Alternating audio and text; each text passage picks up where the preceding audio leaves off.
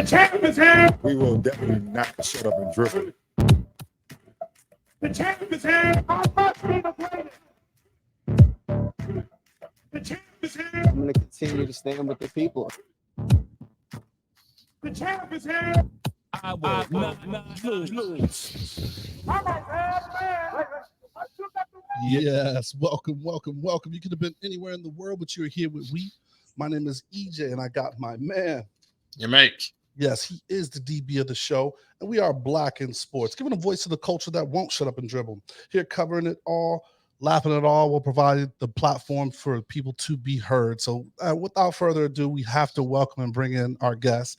And so I got to start it off like this, right? He wins. I probably should add another win on there, no matter what, okay?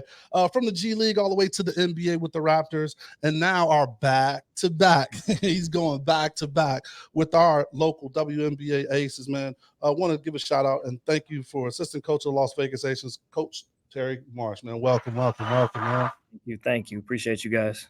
Absolutely, man. So how we start the show is we always start the show with a shoot your shot moment, okay? We definitely like it to be concise, so give us a moment in time, right? So, a lot of people are like, oh, I always shoot my shot, which is fair. But for the people, man, we need a time that you shot your shot. And it could have been, back in your playing days. It could have been, currently, but just give us a shoot your shot moment. I would actually say probably my moment of coming here to Las Vegas. I was with the Raptors for 2 years and then spent 2 years with the Indiana Pacers, and was in midseason with them when I established a relationship with Coach Hammond. And not to jump the gun anywhere, but we hit it off immediately. And once the ball kind of got rolling with her coming here to Vegas, she reached out and asked if I had interest, and I did. And so I would say making that jump is not really a jump that you see too often. Especially from a young black male standpoint. So, 2 years later, I couldn't have made a better decision for myself, but I would say I was definitely shooting my shot, and I couldn't be happier. There you go. That's a hell of a shoot your shot, right? Sure. Yeah. Before we get into the other questions, like, how's it feel? Champion feel? What's the champion? Like, what's the week been like? The parade's done. Man, the champagne has dried up a little bit, but what's it feel like? Yeah, it took a couple of days to recuperate. I'm not going to lie, but it was well deserved for our team, for our players, for our staff, for our organization. Man, it was this time. I think the consensus would be it felt a lot better than the first time. First time is always great, but being able to run it back, and with the core group still intact, but still some additional pieces that we were able to add, and just the consistency and seeing what we've built. The first year you're kind of unsure of how things will come together, and then the second year you just kind of look to build upon what you've already established, and to see how that foundation was laid and kind of continue to be built upon makes this one a lot, worth a lot more. I feel it, and that back-to-back puts you on the upper echelon of franchises in league history, and we'll get into that a little later, but. Tyler, Coach Marsh, where did your love for sports initially start? Well, I'm a coach's kid. My dad's a college basketball coach, has been one my whole life. So I grew up around the game. I grew up around coaching, and that's where my love started for it. I would say baseball is my first love, actually. I'm a huge Atlanta Braves fan. But baseball is kind of the route that I thought I was going to go in, honestly. It's what I played. I grew up in Florida. And, in Florida, you could play year round because of the weather so well. But due to my dad's jobs and, moving around coaching, we moved around all over the place. And so some of the places that we lived in, like in the Northeast, you can't really play baseball year round because of the weather. And so it was kind of a two-sport thing, baseball, basketball, just depending on the seasons. And as I got older, my dad was like, all right, it's time to pick one, whichever one you're going to roll with. And at that point, midway through high school, basketball had been what I had played the majority of. So I just kind of roll with it. But I've always had a passion for sports, always had a passion for team. And, for me, moving around so much growing up, basketball and baseball was the way I was able to kind of meet friends and kind of assimilate myself in a new community, a new environment. I've, grown up in all Black schools, all white schools, all Hispanic schools, churches, everything. So sports is kind of the it's an illustration of like diversity, really. And it's kind of helped me grow. It's taught me a lot about myself. It's taught me a lot about life. And so that's kind of the where my value or sports value for me has kind of been placed in. Love it. So, what do you consider home, right? Like from the start, right? Like, because like that's when we were kind of doing the work for. We're like, all right, Yeah. so Florida, Right. is it Maine? Is it Indy? Like, because all of that was part of your development. Yeah. You know what I mean? So, what do you call home? It's funny. My sister and I joke about this all the time because it's like sometimes we just have a different answer depending on where we are, who's asking us, what we feel like. I was born and raised in New Jersey, though. Oh, I was born and raised in New Jersey. I call Florida kind of home just because that's where I went to middle school and high school, kind of the area that I know the best. And so that's usually where I tell people I'm from. Plus, Miami just sounds a lot cooler. absolutely roll with it. I'm a Florida boy, so I'm gonna take that all day. No doubt. So, but yeah, again, I think now just from childhood and leading into my own professional career and all throughout college as well and prep school, like I think Vegas is now the 16th, 17th different place I've lived. So yeah, I've been all over the place. Yeah, it makes can relate to a little bit of the move situation. Yeah, I know exactly what you mean. It's depending on who you talk to is kind of where you're from. I'm from Denver, Colorado, but if my Japanese brother's talking to me, I'm like, yeah, I'm born in Japan, and somebody from Texas is like, yeah, my folks live in Texas, so I get it. Right. I get it for real. For sure. Give me the position in baseball, man. I got we get into the World Series. So what was you doing? You turned into double plays, using the outfield. What was the position? Yeah, it was like, so growing up, I was shortstop, second base, third base. As I got older, my arm strength didn't really grow with my body. So I kind of stayed at second base, throws a little bit shorter from there. And then high school, I dropped baseball for a couple years, picked it back up my junior year in high school. And they wanted me to play outfield. And so I tried it out, wasn't really a fit. So that was kind of the end of it for me, but mostly infield for sure. So with baseball, I mean, you hit 300, you doing it. Mm-hmm. In basketball, you shooting 30%. It's like, hey, bro, we need to find something else to do. So how do you take? That's a fact. How do you take those elements of those sports and kind of how does that benefit you in both worlds? I guess. I think it's about perspective. Honestly, I think it's just being able to be consistent no matter what it is. And it's either way, it's a mental game. Shooters kind of, if you're a shooter, you kind of can play little mental games with yourself and you can talk yourself in and out of a shot. Honestly, you just got to know that the next one's going in, just like as a hitter. If you're a 300 hitter, that's an elite average pretty much. And so every time you step to the plate, you got to have the confidence that this one you're going to put in play. And sometimes it's not always about putting the ball in play, but you just want to make contact sometimes. Just making contact makes you feel good about your swing and what you're seeing and how you're feeling at the plate. And so I think there's some similarities there. But yeah, that's how I describe it. It is. So with kind of like the moves and, the 16 different moves and kind of what you call home, we know the Braves is the baseball team. Okay. We've heard that Indiana is the basketball team. And I get that. How the hell did you become a 49er football fan? Yeah, you're going to get me in trouble. We can't say that too loud around here. But so because we moved so much, I never really had a hometown team. And so my favorite team started with players that I like. So I'm a huge Chipper Jones fan. That's why I'm an Atlanta Braves fan, big Reggie Miller fan. And then football, Jerry Rice is my all-time favorite player. So it's just players. It's funny. I told this story when I first came to Vegas. I was like, I remember when Jerry Rice left the Niners and went to the Raiders, and I cried my eyes out. I was like 11 or 12. I was like, there's no way. But yeah, and I'm a huge Tennessee Volunteers college football fan. So my teams are scattered, man, just like my background. So there you go. Yeah, we won't let Boss Man know that too much. Yeah, keep that on the. And that's a nice play. Hey, he played for the Raiders. Hey, I liked him. Yeah, stick with that story. Stick with that story. Yeah. Raiders, Jerry Rice. So tell us about, man, being a coach's son, and then we're gonna drop some exclusives later. But just tell us how that was, kind of growing up. The pluses and the minuses behind that, right? Yeah, I think the pluses are just it's a whole different type of lifestyle, a whole different type of world that you're able to grow up in, things that you're privy to that, your friends think that, that your dad has the coolest job in the world. And on the surface is great. And there are a lot of great things that come with it. You get to meet a ton of great athletes. You're always around the game, always around the gym.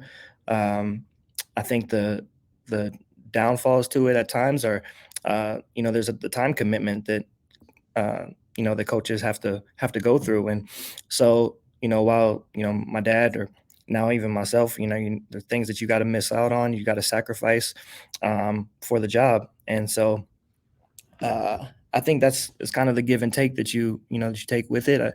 I know that for me, just being able to experience different places, different people through my background and through the game is kind of just, to me, is something that I take pride in, just in terms of my ability to just adapt and around different environments. And that's something that's kind of been able to carry me through no matter where I've been. I've been able to kind of stay true to myself no matter where I've been. And then along the way, I've just met some great people that, if my pops had another job, probably wouldn't have been able to, been down this road. So I'm grateful for how I was brought up, how I was raised. Mhm.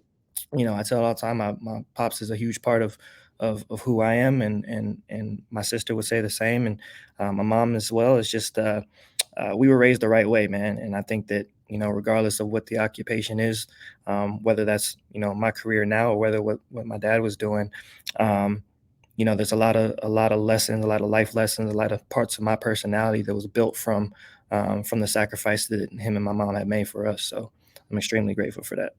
Absolutely. And that also kind of turned into, we get into this, but you're recruiting, right? Like your father played a big role in where you initially started to go to school, so Yeah.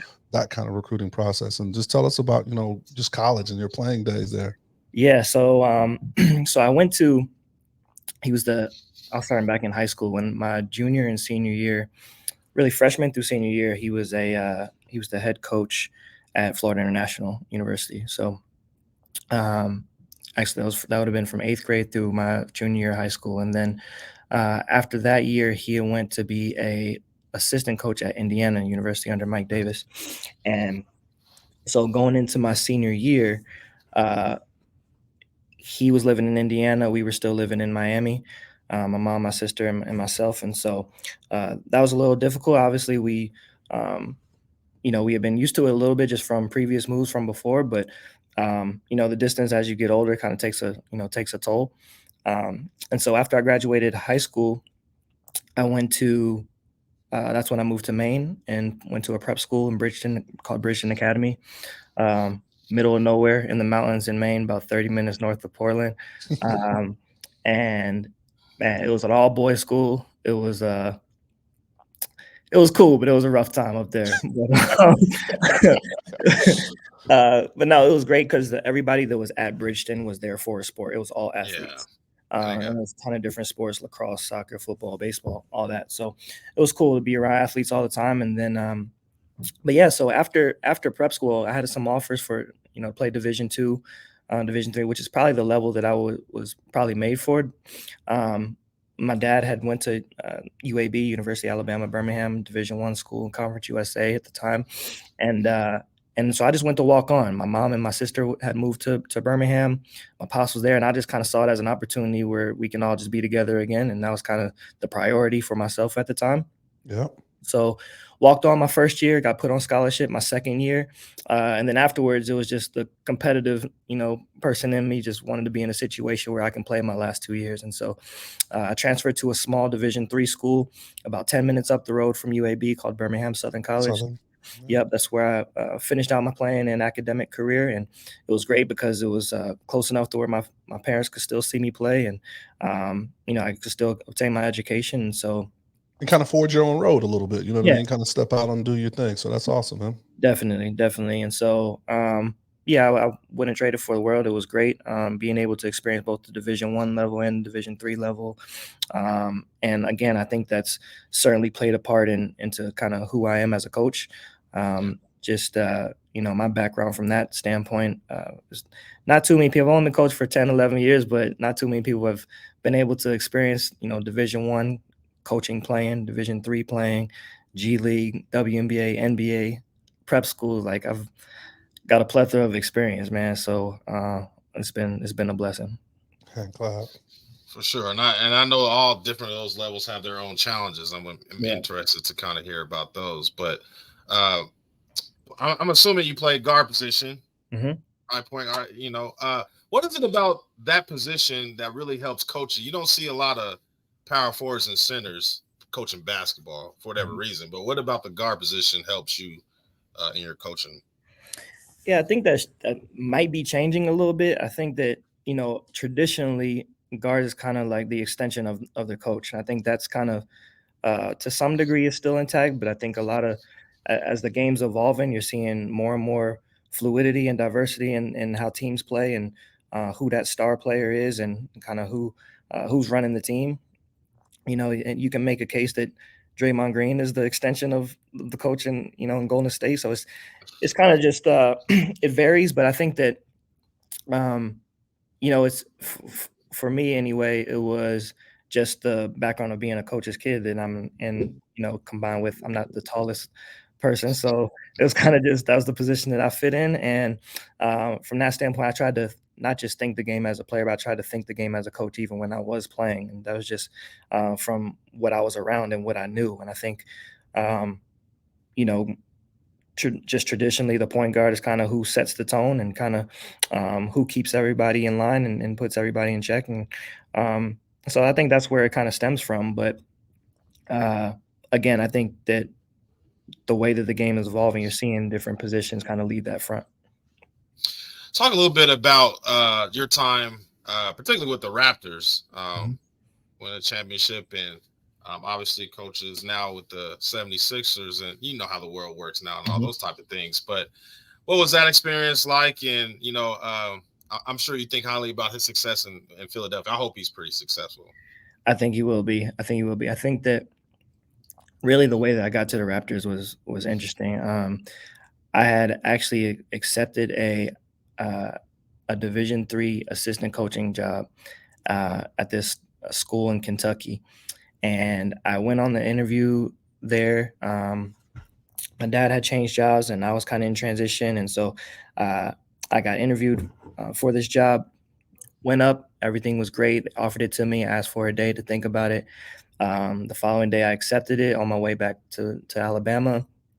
Had the car packed up, just waiting on my background check to finish. And Coach Nurse gets the job in Toronto. Says he's looking for a video coordinator. Asked if I had any interest, and just me in my head at the time, I'm thinking loyalty, and I'm just like, I already made my decision. I got to see this through. And I remember talking to my mom, and I was like, this is the NBA. This is what I've dreamed about, being in the NBA. And but I don't want to I don't want to back out of my word to this other school. And she was like, think about it this way. If let's say you take that job in Kentucky, and that head coach gets offered the head coaching job at the University of Kentucky a day after you get there, do you think he's going to take it or not? And I said, you probably would. And she was like, all right, you got to do what's best for you. And Mother's wisdom. So, no doubt. And so long story short, I accepted a job in Toronto, moved out there, and that first year was rough. It was the championship year, but it was rough kind of adjusting on the fly. I didn't have much time, much of an off season or anything to kind of get acclimated to a new country, new city, new league. But what I did know was I knew my head coach already because I had worked for him in the G League my first year. And so I was really a lot more familiar with kind of his style and what he wanted and how he expected things to work and play out. And so just from a video coordinating standpoint, I was kind of able to help ingratiate some of the rest of the staff and players into kind of getting them up to speed on what was expected from coach as well. So that was a unique opportunity for me to kind of extend beyond what my role was. And I think that garnered some trust around the rest of the staff and around the organization, and especially with Coach Nurse. And so we have a really good relationship, and I think he'll do great things in Philly for sure. But that year was great. That was Kawhi's year. I would say so. And, that was amazing. Hit that laugh, EJ.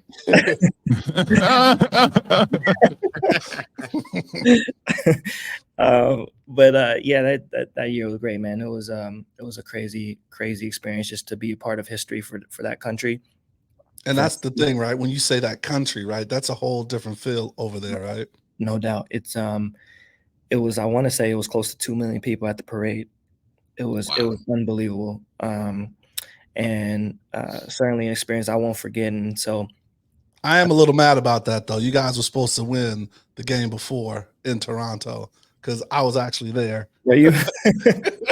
I say, I know if you guys win this, I know it's just going to go bananas in the city, right? Like I just knew, like you said, it was just that time, why the energy that you guys were bringing. Aside, Jerry was just doing an amazing thing. He was kind of, I don't know if that's the year he got awarded for kind of the moves he did. I'm familiar with Bobby Webster. Excuse me.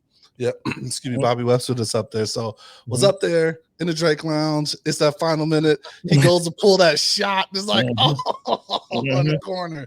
But glad you guys pulled it out, man. Had to be just amazing to be a part of that and just great timing.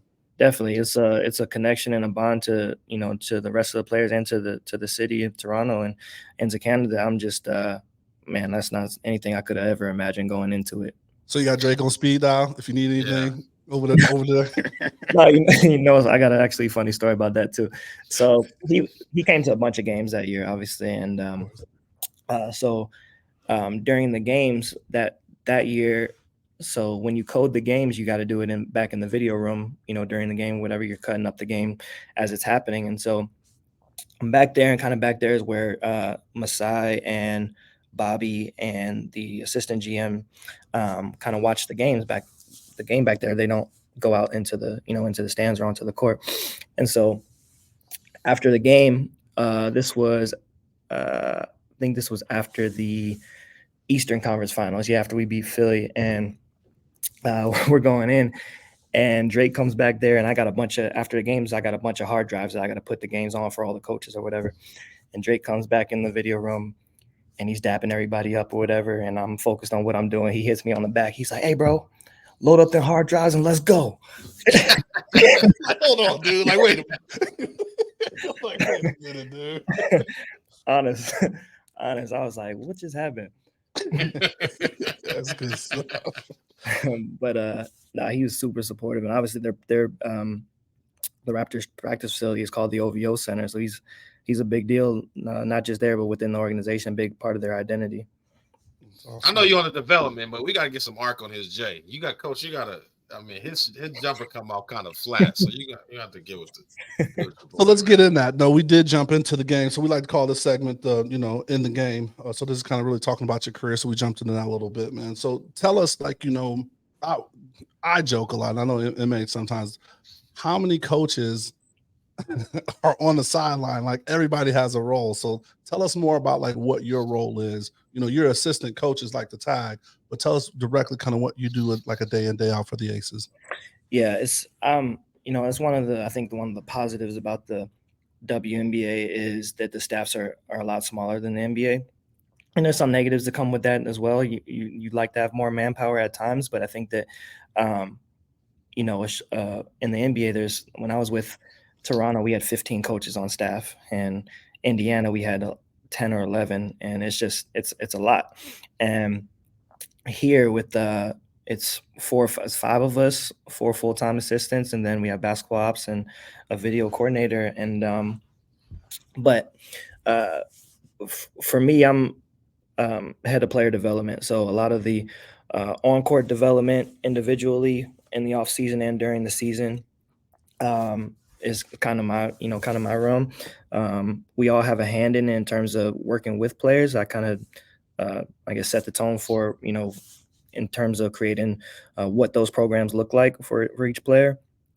And then during the season, it's kind of all hands on deck. It's myself, Natalie Nakase, and Charlene Thomas Swinson, who are the 3 kind of main assistants. So we split the duties in terms of in-game scouting, and so we have our different teams that we have scouts for.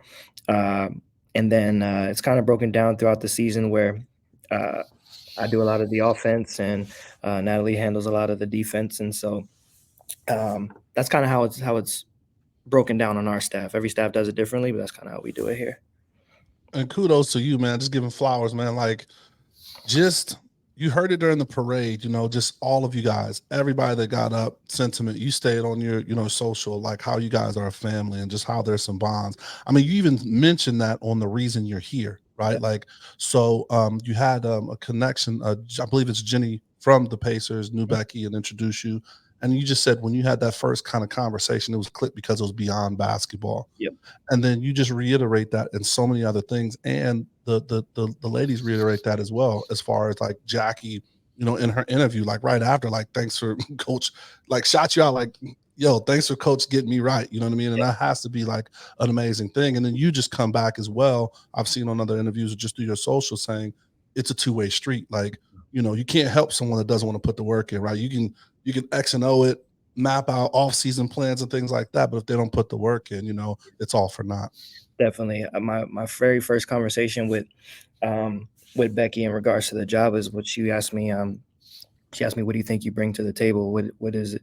And I told her that we didn't really speak a whole lot of X and O's type things. It was more about life and personality and seeing how much of a fit that would be first and foremost.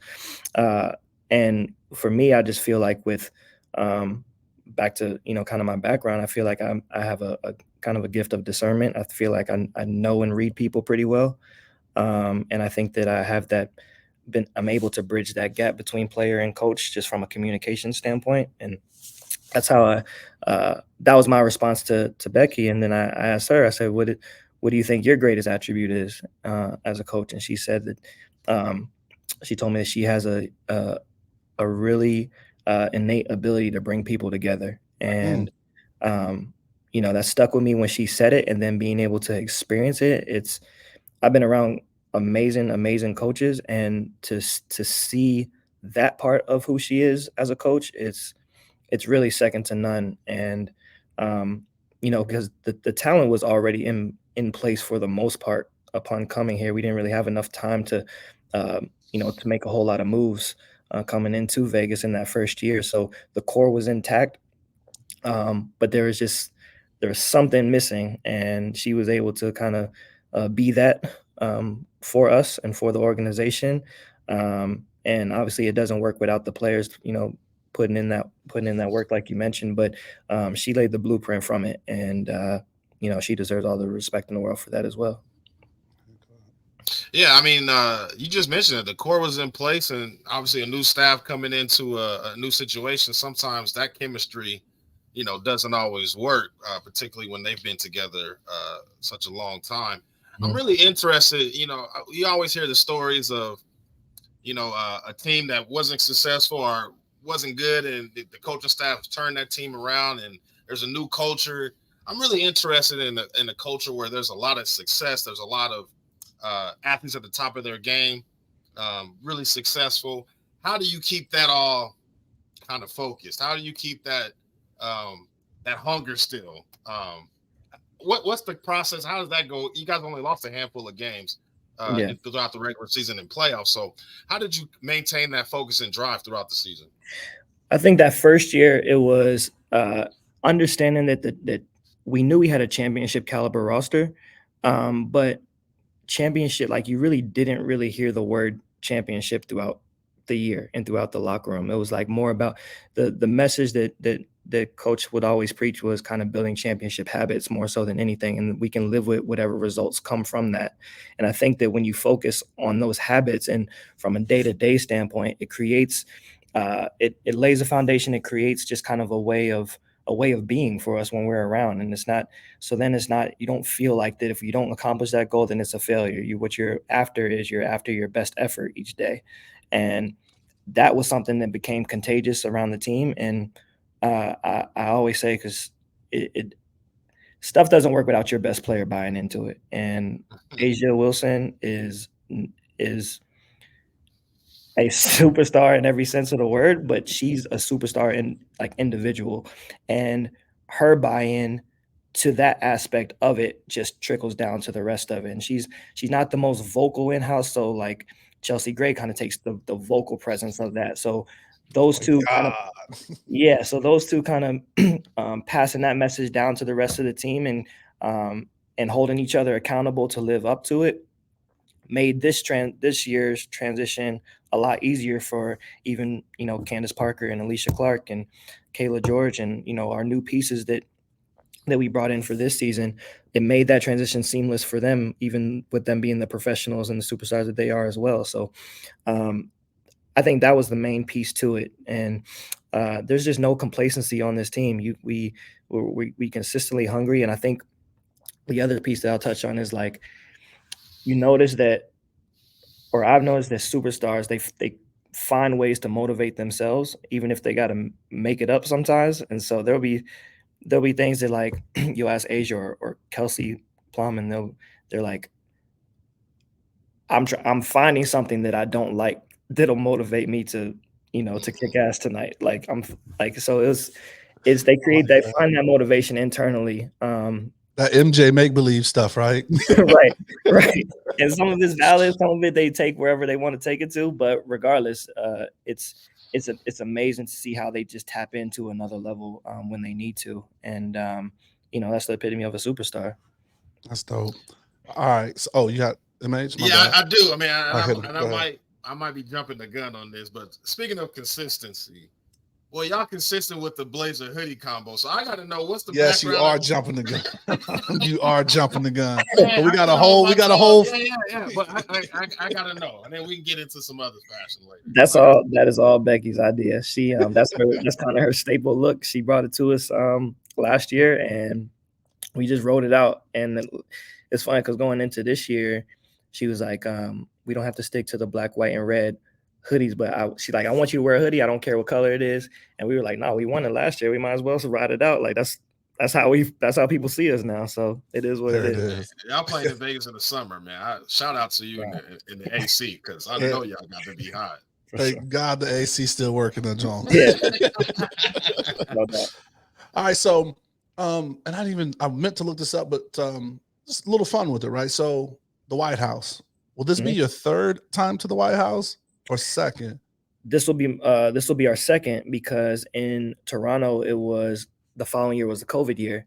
That's what I thought. So we never. That's what I thought. So I wanted to ask. Okay. All right. So now it'll be your second time. Now, two-part question, and I'll reiterate if we need to. So first, what was like your best moment at the White House, right? And then the second part is, now that you're going back, because it's a quick day and everything you're doing, is there something that you want to do that you didn't do from your last visit?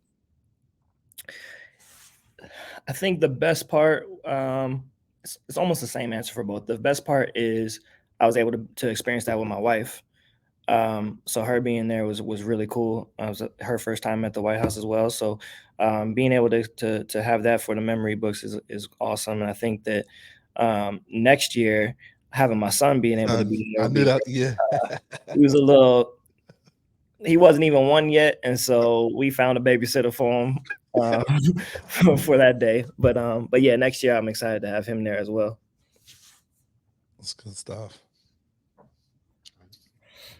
So I did want to jump into something really quick. So with you being here, do you feel pressure, or how is it, because like you talked about, or MH kind of even alluded to, being a coach and in the sporting world, it's definitely relationships and things like that.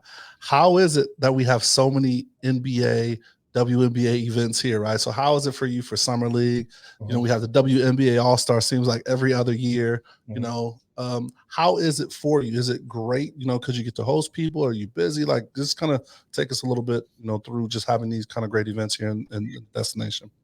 I think it's a mix of both. I think it's great for the city. You think Vegas, and Vegas sports isn't always the first thing that comes to your mind, but it's becoming that almost with what the Golden Knights are doing as well. And obviously with Summer League and with the Aces, it's sports is kind of taking over Vegas, and that part is great to see. It's also great to see the diversity that comes with it. Even that exists with the Raiders as well. There's diversity there in the front office, and I think there's great things that's continuing to happen.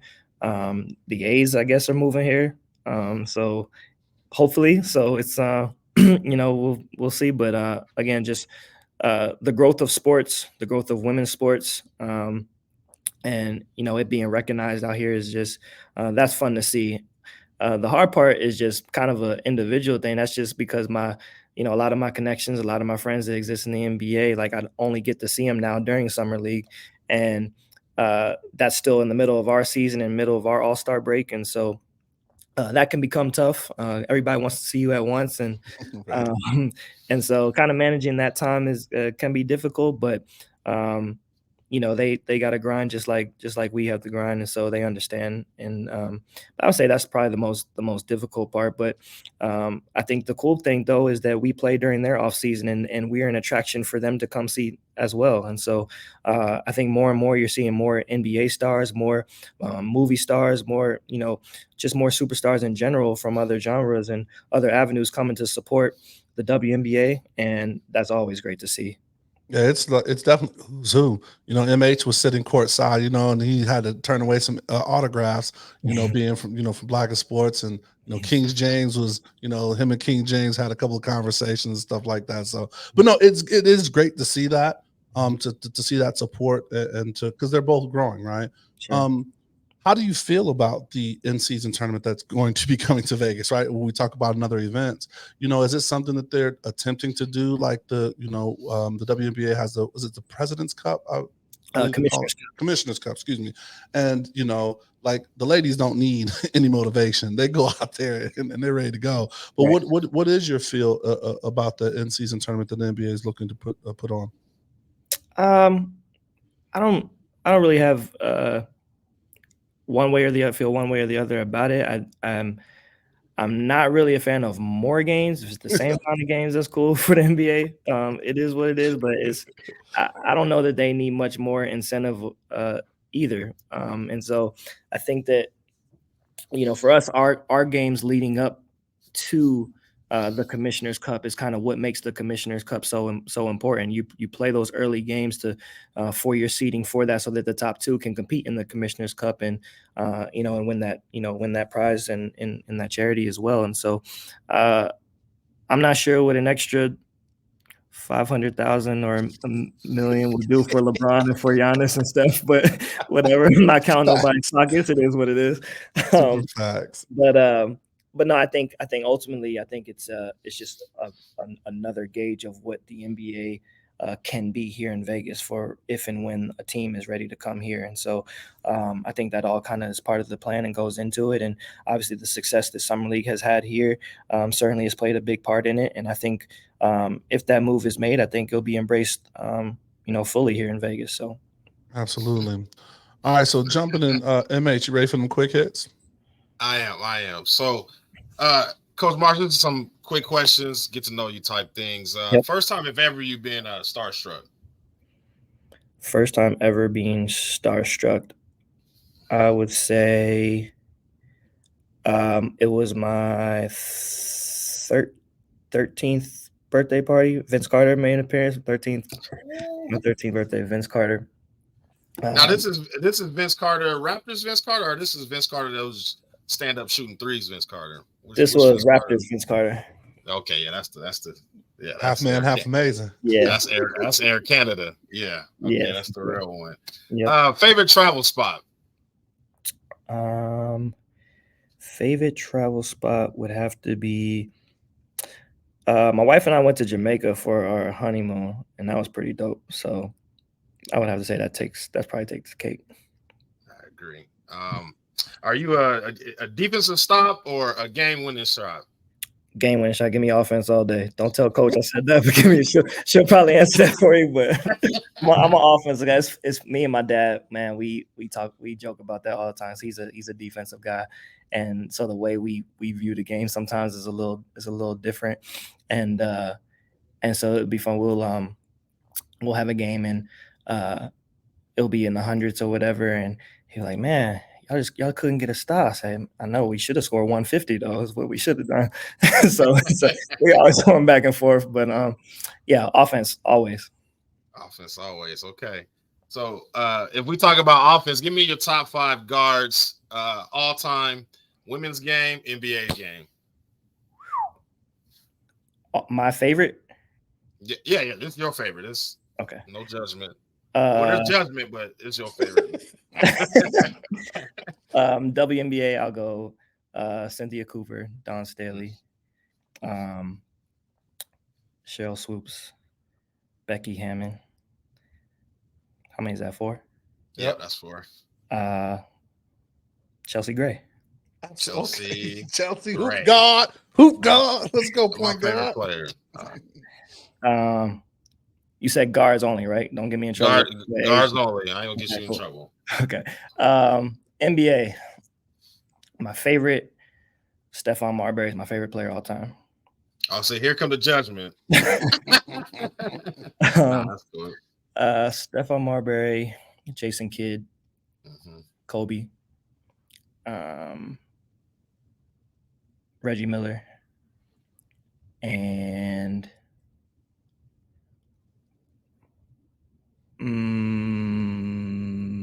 I feel like I'm missing somebody, but I'm gonna say Vince Carter. I got it. Okay. This is the last judgment question. The wood or love in basketball? I'm gonna go love in basketball. And that's judgment from him. All right, I want to jump in, man. I got a few, man, just because we didn't cover. So one is, some may or may not know, if they follow you, did you know you're a big WWE fan? So, I mean, you probably, back when it was WWF, right? Like from the origin. So, how did you become like such a big, or stay a fan, right? Because it's like, it's all that point where it's like, you know, I watched it when I was young, but then there was a phase where it's like, you know, I lost it. Yeah. And throw your top 5 on that, for real. We can do that. Okay. Do the top 5. Yeah, and you can go back to the beginning and then even to current. Yep, top 5. Yeah. Okay. I'm tuned in. Bret Hart's number 1. Ooh. Bret Hart, Razor Ramon. Chico. Okay. Chico. Triple H.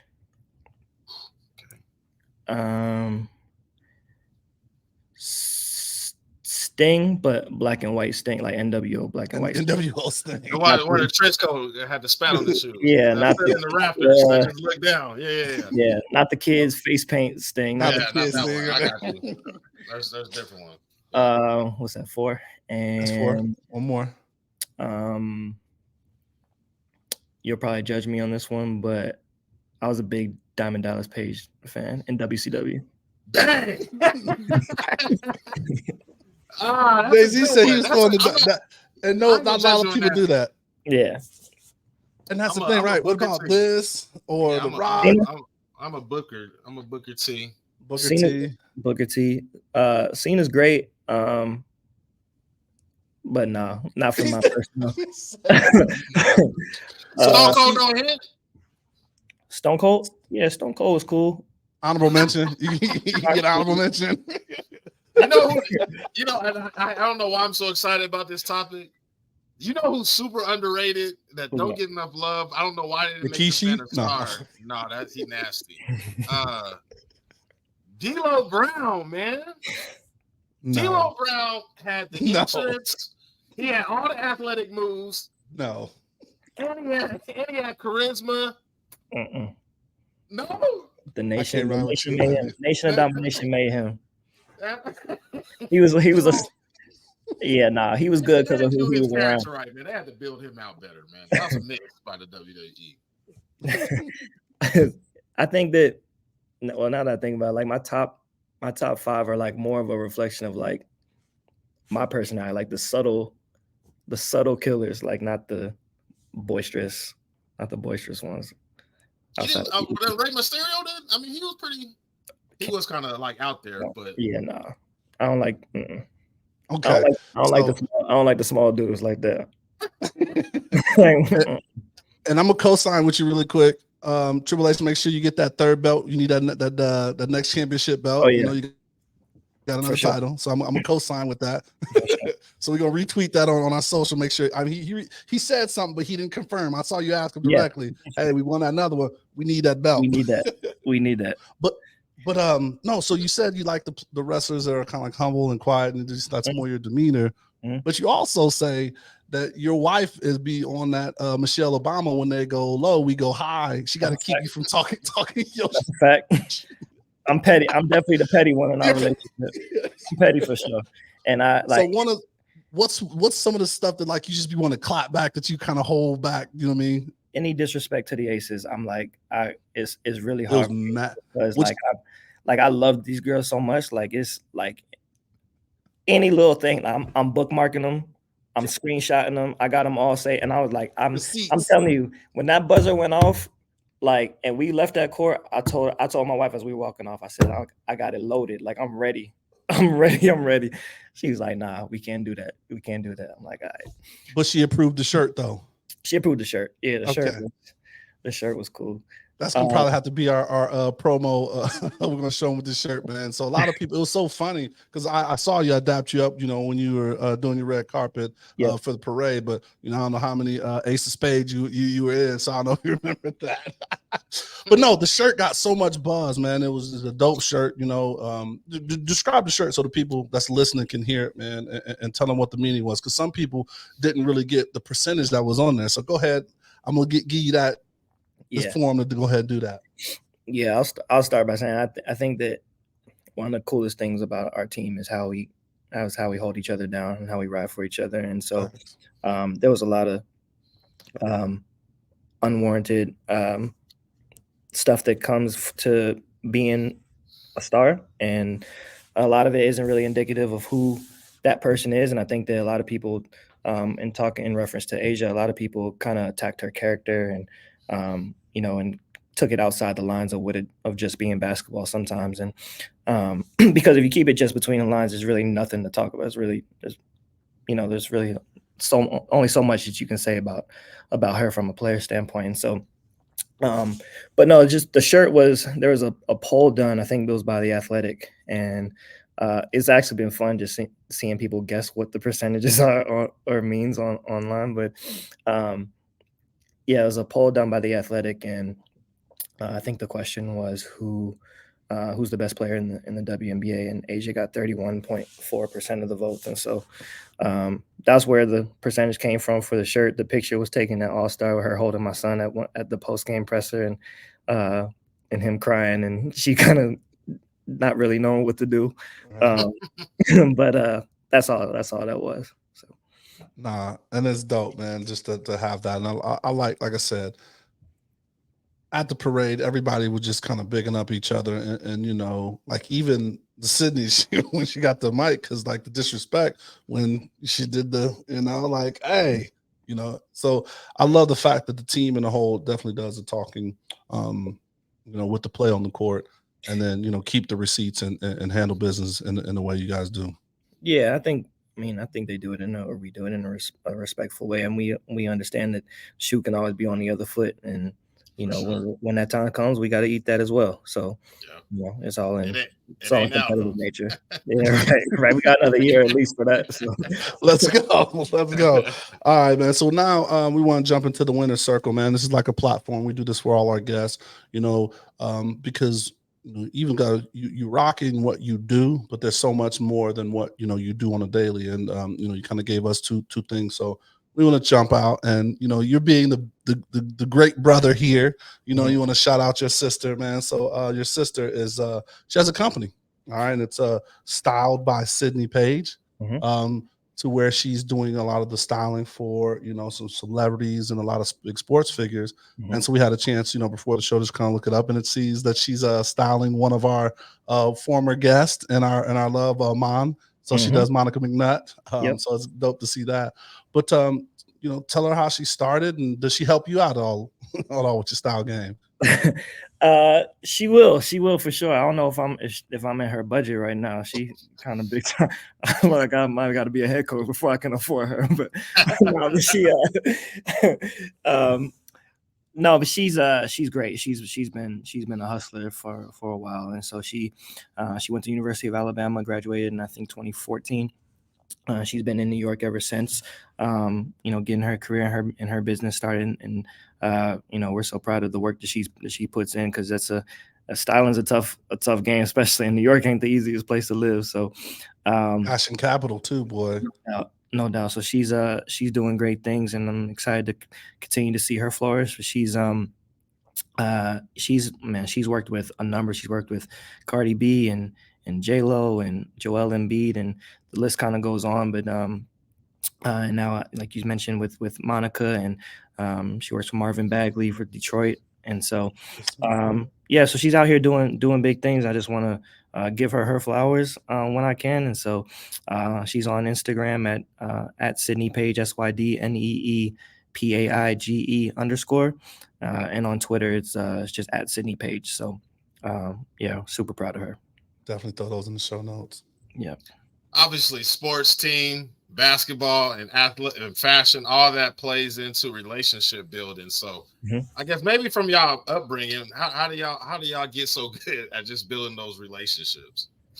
It's kind of our way to survive, really. It's just kind of when you move around so much, it's like you have to find an avenue where you fit in and just kind of be part of something. And so we're each able to kind of find where our personalities fit in, and we were kind of learning that on the fly individually. And it's funny, I think the older we've gotten, the closer we've gotten as well. And so we see each other as often as we can. It was great to have her at the finals in New York, and she's been a great support system for me. Super into basketball, and so she's been great. She's been great to have, and I think that there's she would tell you that there's some aspects of our background and growing up that certainly added to who's creating her to who she is now. And so so it's we both found our niche within our own realm. And what's dope, right? So like this lane that she's in, and MH and I talk about this on like multiple accounts. So MH is our resident fashion expert for the show. Okay. So anytime we talk anything like that, he definitely has a comment and he goes in on. But the walk-in to the stadium or the arena has been the new runway, right? Yeah. Like, so they're putting a lot of kind of emphasis on that. So I know she has to, definitely love that and kind of work with these players, because like they want to have some kind of concept when they're kind of going in, into the game. So that has to be dope for her. And has she styled any of the aces, or kind of, at least started the conversation with any of them?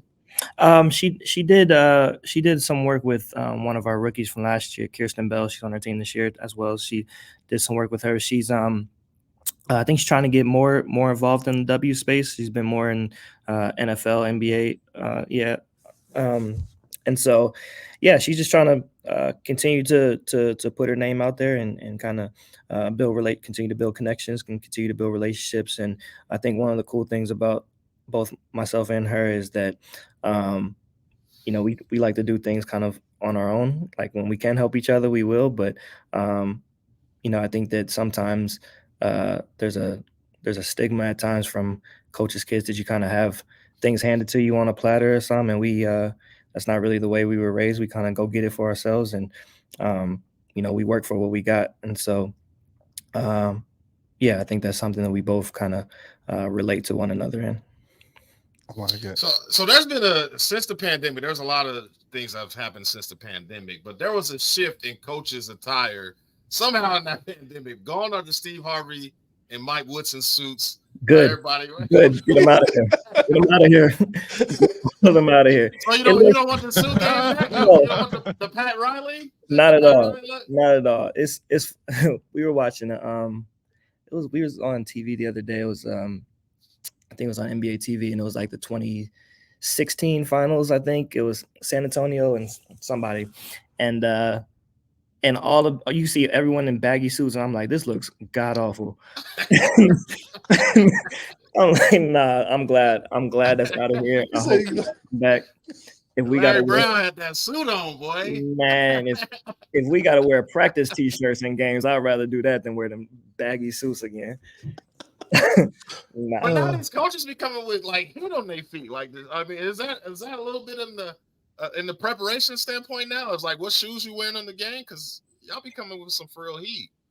Definitely. I mean, it's the only thing we can switch up. We wearing hoodies every time. It's the only thing we can switch. It's a white, red, or black hoodie or gray hoodie. So the shoes is what we can switch up. So we got to stunt when we can. That's good stuff, man. Well, hey, so Your second thing, for your platform, before we can get out of here, we'll definitely want to shed some light on this, and as much as you can share, man. But like, so excited, and here, we definitely break the exclusive. So you are looking to start or will be launching a podcast pretty soon, and the name of the podcast is it's Coach's Kids, right? Is that the name you're going with? So super excited about you putting that in the works and kind of giving an insight and I know you're in a development stage, but as much as you can kind of give, what's the thought process and I guess what do you want to kind of do with that platform or that show? Yeah, something I've been wanting to do for a while, and it's really just combining my kind of what we've talked about earlier, just combining my passion for the game, my compassion for coaching, and what my background has been, and that's I've always taken pride in being a coach's kid, and I think that we see the game and we see life in kind of a unique perspective, and so my goal and idea is just to connect with other coaches' kids and other coaches who have kids in coaching and kind of navigating what that life is like, because that's something that's kind of an aspect that doesn't always get talked about. And, there's a lot of friends and peers and connections that I have across different leagues, the W included, and that I think would be awesome to kind of highlight those voices. And so that's what I want to bring and want to do. And I think it'd be a kind of unique avenue to kind of explore. Love that. And I definitely think it's a unique avenue. I mean, I think a lot of times, in your example, you see the tree, and obviously, your siblings and obviously your father, I'm sure pull from each other in the game, and that career is a long stretch. What are the? I guess I would say when you guys talk about style of basketball, and obviously your dad played and coached. He's coaching this era, but different eras. How does that conversation go from son to father? Yeah, it's interesting. I think that he's kind of on the back end of what he's known basketball to be, but also just kind of what the landscape has been. His dynamics are a little bit different in the college game as opposed to the pro game, but the game isn't just evolving, but players are evolving, and brands are evolving, and personalities are evolving. It's just a different time, and I'm kind of somewhere in the middle. Like I'm probably the last generation of players who just do what their coaches ask them to do because they're coaching, you're the player, and that's it. And now it's like you have to give. Everyone wants to know why now. Why? And I think that you have to. It's an adjustment, but I think it ultimately helps your coaching because you should be able to tell them why, right? Like you should be able to. And so I think that's some of the conversations that we have too, just in terms of I think that my dad's 67. He's still on the court, getting up and down. He's still relating well to the players and being that kind of father figure for them. And I'm, and I'm continuing to find my my fit. And now it's another adjustment. It's been another adjustment going from coaching men to coaching women as well. So, but the relatability is still there in a lot of aspects. And I think the ultimate thing is whether it's me and my generation connecting to this current generation or my pop's generation connecting now, it's ultimately you have to be you have to be willing to evolve, but you have to continue to be true to your personality and doing things the way that you believe is right, staying true to your values and your morals. Those are things that are kind of non-negotiables to yourself. And once that's understood, then you can bridge the gap in other areas. And so I think that's something that that we share, and we talk about different aspects of that that may differ as well. And so but yeah, that's kind of how it is. Yeah, so you still doing the mic and drill then? Man, this is very timely. Like your questions have been very timely because I was just reading, I was watching, it was a trainer that I came across on Instagram, and he was like, yo, Micans are the worst drill ever. And then I'm thinking about all the times that I ever did mic-ins, and I'm Hey, like, I'm talking about a lot. but I disagree. I don't think mic-ins are all that bad.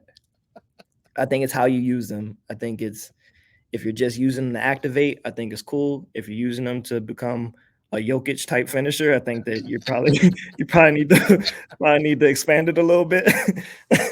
but but yeah, I think that's an area that's evolving too is is individual training and player development. My style of training isn't always the same with it that varies by the player that I'm with. And so I don't believe that everyone should train the same way. What works for one person ain't gonna work for the other. And so I kind of cater the player development programs to the individual player. So wrapping up here, what's next, right? Like, just the natural progression, of course, as you're going through and you're putting your time as, ultimately, definitely head coach. But I know there was getting in early in your career, you even thought about being in the front office or the executive track. Are both of those visions still in play, or is one more than the other? Just kind of talk to us real briefly about that.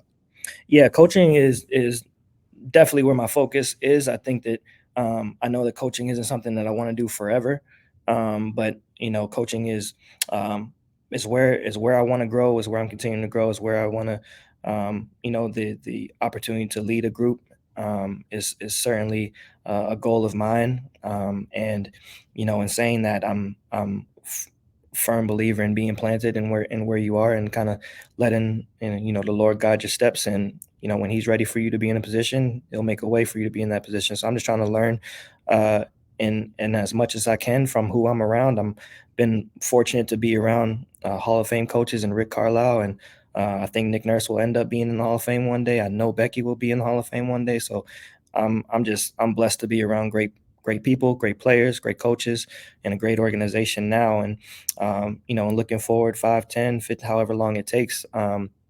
Being a head coach is certainly certainly on the list of accomplishments that I hope to obtain one day. And then when that time is done, a transition into the front office at some point down the road, and is certainly there as well.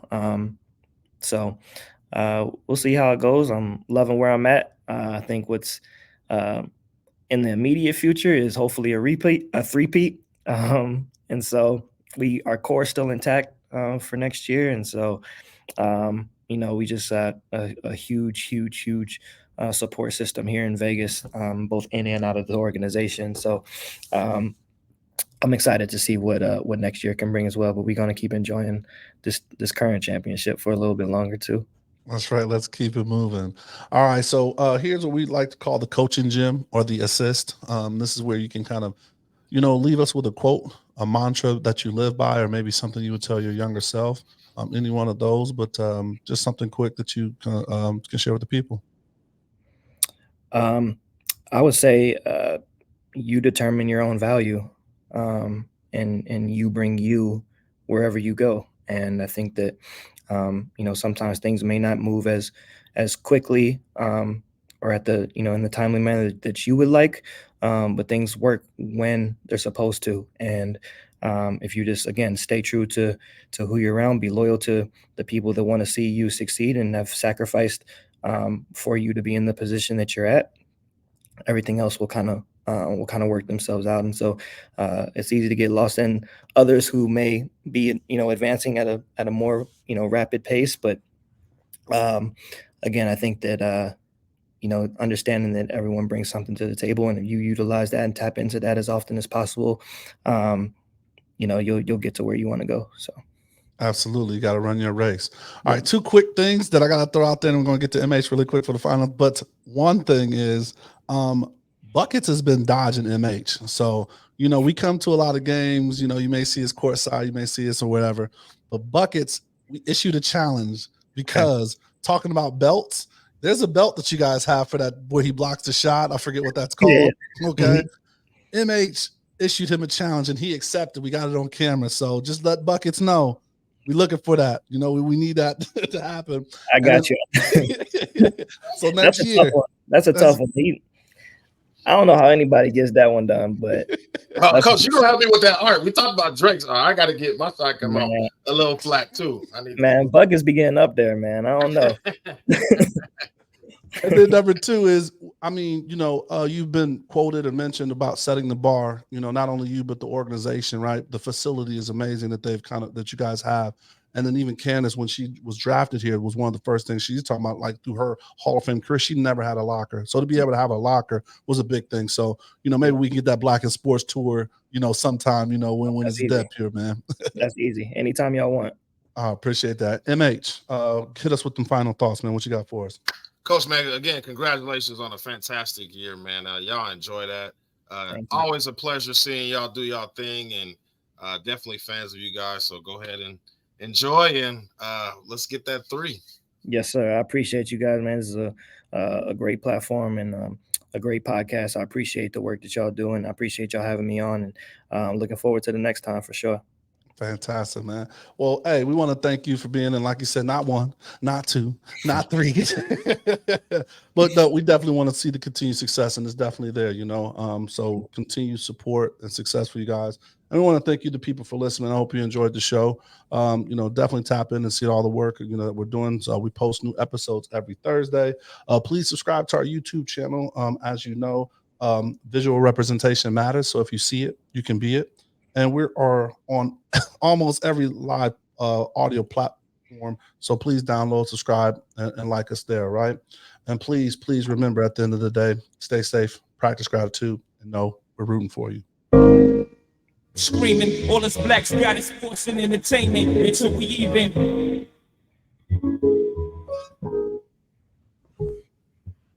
Assuming I'm rooting for everybody that's black. Yeah. Yeah. Assuming I'm rooting for everybody that's black. Yeah. Assuming I'm rooting for everybody that's black. Spent about 2 racks on handmade new rags. Assuming I'm rooting for everybody that's black. It's everybody from sports to college class to rap and back.